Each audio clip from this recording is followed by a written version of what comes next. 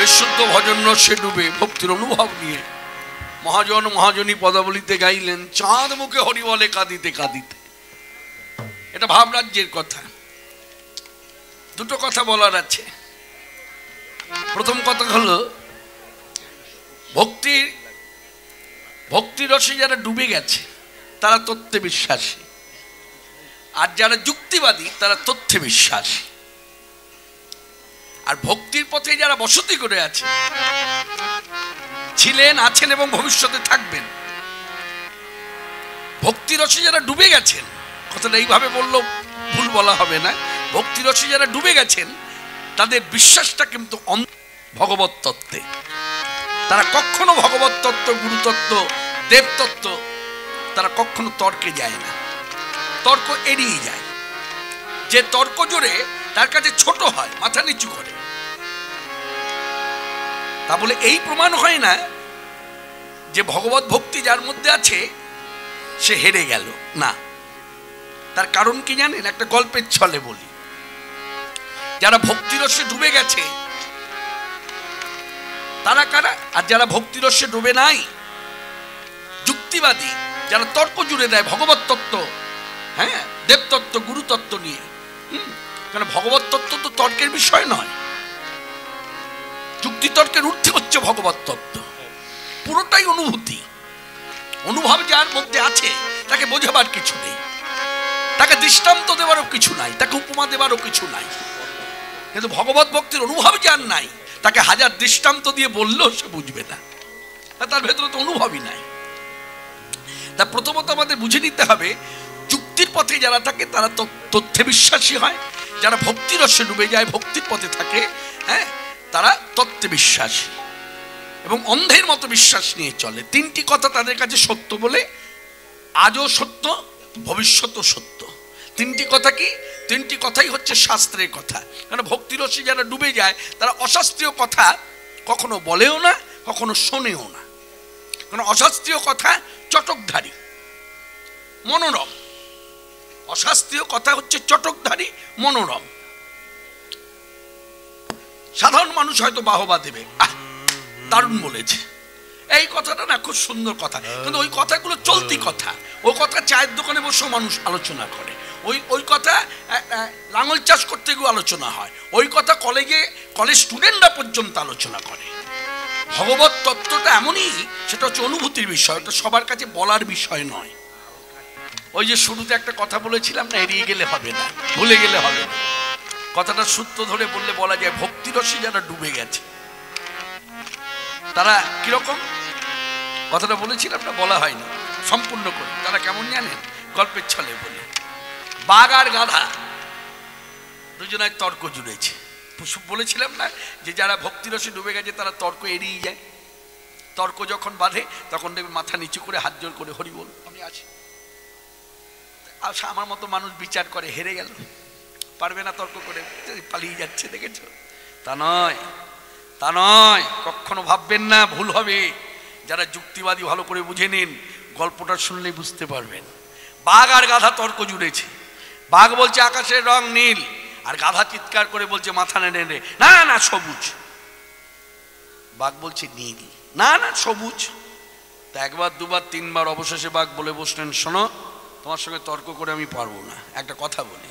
আমাদের এই বনের মধ্যে রাজা হচ্ছে সিংহ, এই সিংহর কাছে আমি যাব, তোমাকে নিয়েই যাব। সে যদি বলে আকাশের রং সবুজ, আমি মেনে নেব, আর সে যদি বলে নীল, তোমাকে মেনে নিতে হবে। এই যুক্তি করে দুজনায় এলো।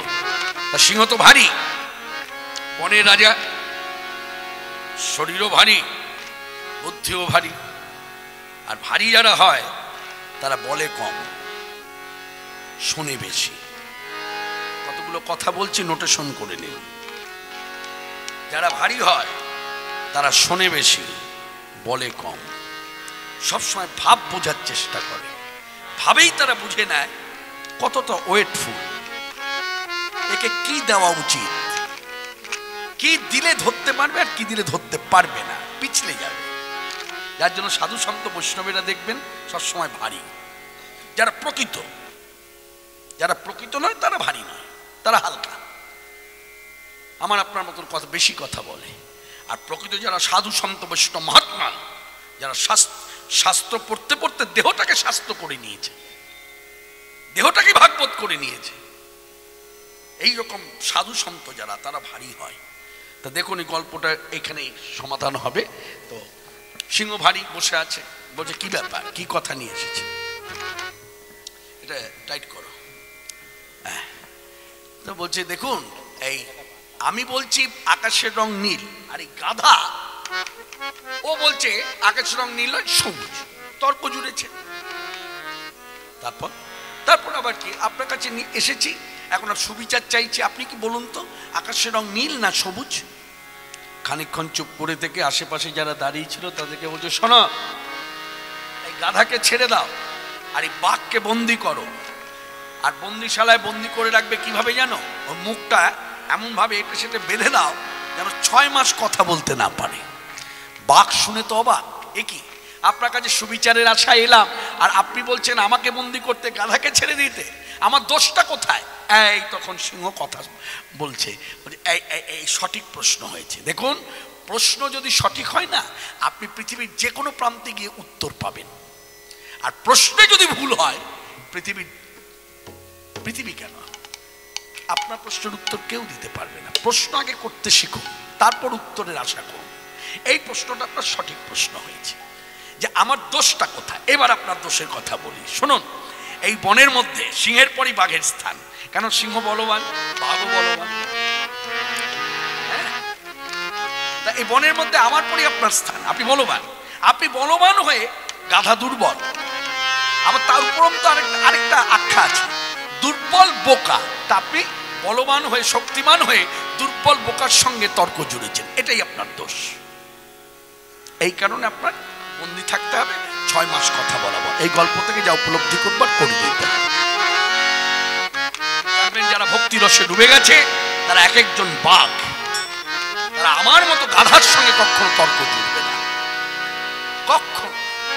তাদের সমাজ যদি তাদেরকে বলে বোকা, তারা উত্তর দিতে জানে না, তারা সেই জ্ঞান অর্জন করেনি তাই পাচ্ছে না, তাও মাথা পেতে নেবে, তবু তর্ক করবে না। কারণ তর্ক করলে জানে আমার ভেতরে যা আমি লাভ করেছি সাধনা করে, সেটা উধাও হয়ে যাবে।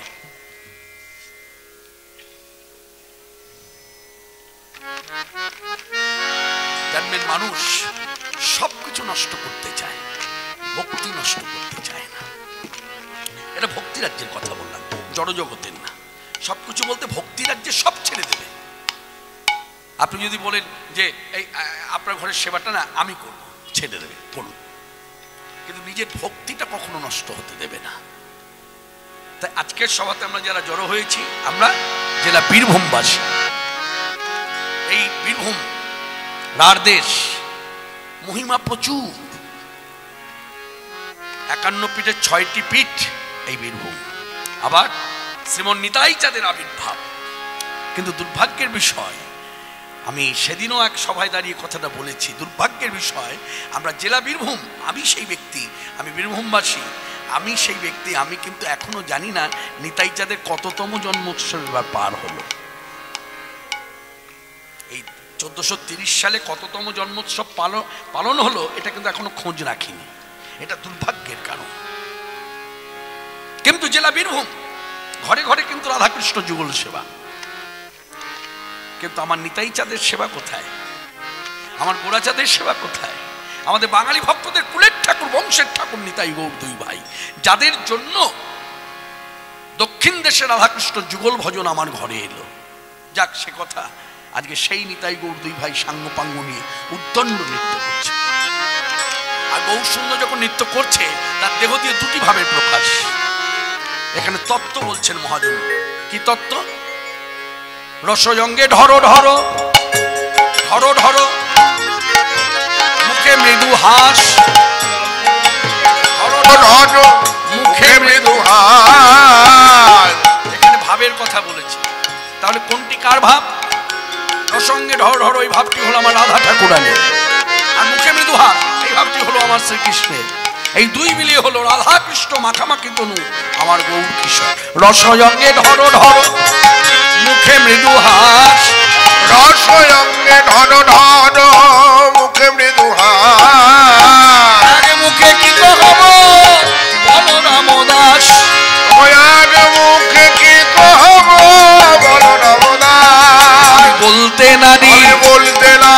বলতে নারী, আমি বলতে নারী, এক মুখে বলতে নারী, এক মুখে বলতে নারী, সহস্র বদনে যার অন্ত নাই, গৌর গোবিন্দ লীলা মাধুরী, সহস্র বদনে যার অন্ত নাই, গৌর গোবিন্দ লীলা মাধুরী, সহস্র বদনে যার অন্ত নাই, এক মুখে বলতে নারী। ওগো এক মুখে কি কহব বলো রামদাস, এক মুখে কি কহব বলো রামদাস।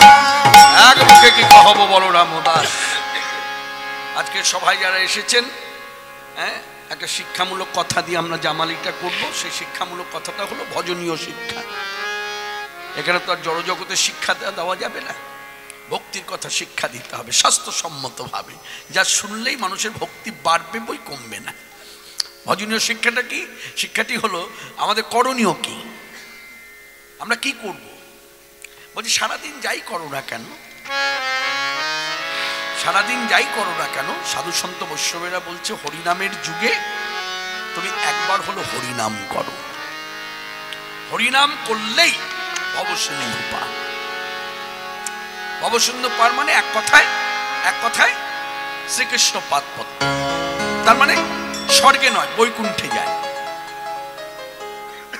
আপনারা সকলেই জানেন, শাস্ত্রসম্মত ভাবে আপনাদের মধ্যে আলোচনাও হয় যে যারা ধার্মিক তাদের স্থান হয় স্বর্গে, যারা নাম আশ্রয় করে মৃত্যুবরণ করে তাদের স্থান হয় বৈকুণ্ঠে। বৈকুণ্ঠ মানে শ্রীকৃষ্ণের সেবা।